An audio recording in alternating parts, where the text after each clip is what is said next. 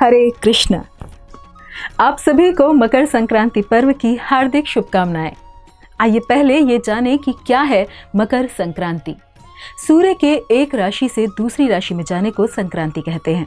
अतः वह राशि जिसमें सूर्य प्रवेश करता है संक्रांति की संज्ञा से विख्यात है। एक संक्रांति से दूसरी संक्रांति के बीच का समय ही सौर मास है। वैसे तो सूर्य संक्रांति 12 हैं, लेकिन इनमें से 4 संक्रांति महत्वपूर्ण हैं, जिनमें मेष, कर्क, तुला व मकर संक्रांति हैं। सूर्य के धनु राशि से मकर राशि में प्रवेश करने को मकर संक्रांति कहा जाता है। महाभारत में पितामह भीष्म ने भी सूर्य के उत्तरायण होने पर ही अपने प्राण त्यागे थे। ऋषि मुनि इस समय को बहुत ही श्रेष्ठ मानते हैं। इस अवसर पर लोग पवित्र नदियों एवं तीर्थ स्थलों पर स्नान कर सूर्य देव से जीवन में सुख व समृद्धि हेतु प्रार्थना व याचना करते हैं।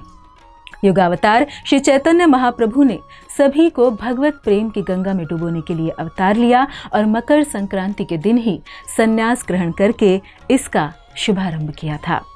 भारत में मकर संक्रांति अलग अलग राज्यों, शहरों और गांवों में वहां की परंपराओं के अनुसार मनाई जाती है। इसी दिन से अलग अलग राज्यों में गंगा नदी के किनारे माघ मेला या गंगा स्नान का आयोजन भी किया जाता है।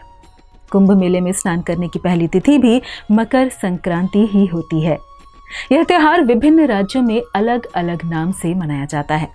उत्तर प्रदेश में मकर संक्रांति दान का पर्व है। प्रयागराज में यह पर्व माघ मेले के नाम से जाना जाता है, जहां गंगा, यमुना व सरस्वती के संगम पर प्रत्येक वर्ष 1 माह तक माघ मेला लगता है। 14 जनवरी से प्रयागराज में हर साल माघ मेले की शुरुआत होती है। माघ मेले में पहला स्नान मकर संक्रांति से शुरू होकर शिवरात्रि तक चलता है। उत्तर प्रदेश और बिहार में खिचड़ी के नाम से मकर संक्रांति मनाई जाती है। इस दिन कहीं खिचड़ी तो कहीं चूड़ा दही का भोजन किया जाता है तथा तिल के लड्डू बनाए जाते हैं। ये लड्डू मित्रों व सगे संबंधियों में बांटे भी जाते हैं। उत्तराखंड के बागेश्वर में संक्रांति पर बड़ा मेला लगता है। इस दिन गंगा स्नान करके तिल के मिष्ठान आदि को ब्राह्मणों व पूज्य व्यक्तियों को दान में दिया जाता है। महाराष्ट्र में इस दिन सभी विवाहित महिलाएं अपनी पहली संक्रांति पर रोली, हल्दी, कपास, तेल, नमक आदि चीजें अन्य सुहागिन महिलाओं को दान करती हैं और एक दूसरे को तिल गुड़ देती हैं। तिल गुड़ देते समय बोलते हैं, तिल गुड़ घ्या आणि गोड़ गोड़ बोला, अर्थात तिल गुड़ लो और मीठा मीठा बोलो। पंजाब में इसे लोहड़ी कहते हैं, जो ग्रामीण क्षेत्रों में नई फसल की कटाई के अवसर पर मनाया जाता है। पुरुष और स्त्रियां गांव के चौक पर उत्सवाग्नि के चारों ओर परंपरागत वेशभूषा में लोकप्रिय नृत्य भांगड़ा का प्रदर्शन करते हैं। स्त्रियां इस अवसर पर अपनी हथेलियों और पांवों पर आकर्षक आकृतियों में मेहंदी रचाती हैं। पश्चिम बंगाल में मकर संक्रांति के दिन गंगा सागर द्वीप, जहां गंगा बंगाल की खाड़ी में मिल जाती है, वहां एक मेला लगता है जिसे गंगा सागर मेला कहते हैं और ऐसा विश्वास किया जाता है कि इस संगम पर डुबकी लगाने से सारे पाप धुल जाते हैं। बंगाल में भी इस पर्व पर स्नान करने के पश्चात तिल दान करने की प्रथा है। मकर संक्रांति के दिन ही गंगा जी भगीरथ के पीछे पीछे चलकर कपिल मुनि के आश्रम से होकर सागर में जा मिली थी।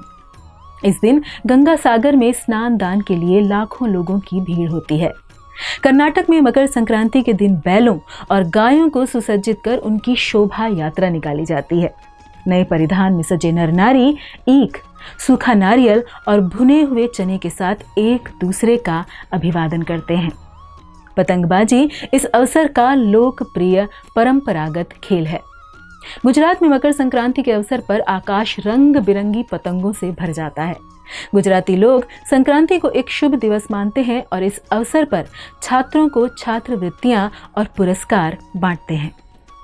केरल में भगवान अयप्पा की निवास स्थली सबरीमला की वार्षिक तीर्थ यात्रा की अवधि मकर संक्रांति के दिन ही समाप्त होती है, जब सुदूर पर्वतों के क्षितिज पर एक दिव्य आभा मकर ज्योति दिखाई पड़ती है।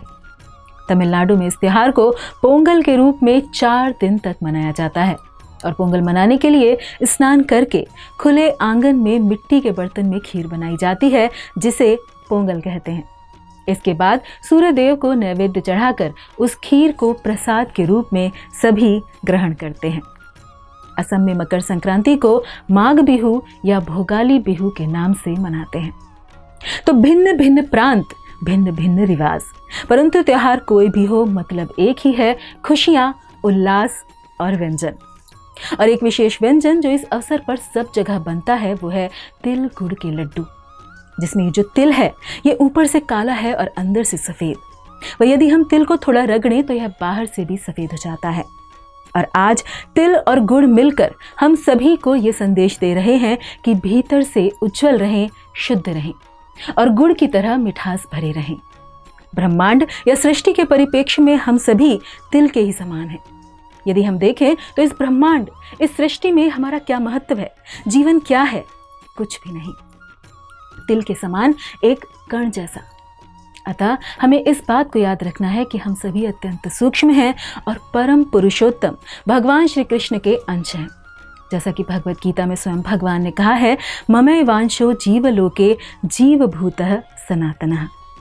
हम आकार में छोटे हैं परंतु परम पुरुषोत्तम भगवान श्री कृष्ण का अंश होने के कारण मधुर हैं, जैसे कि तिल और गुड़।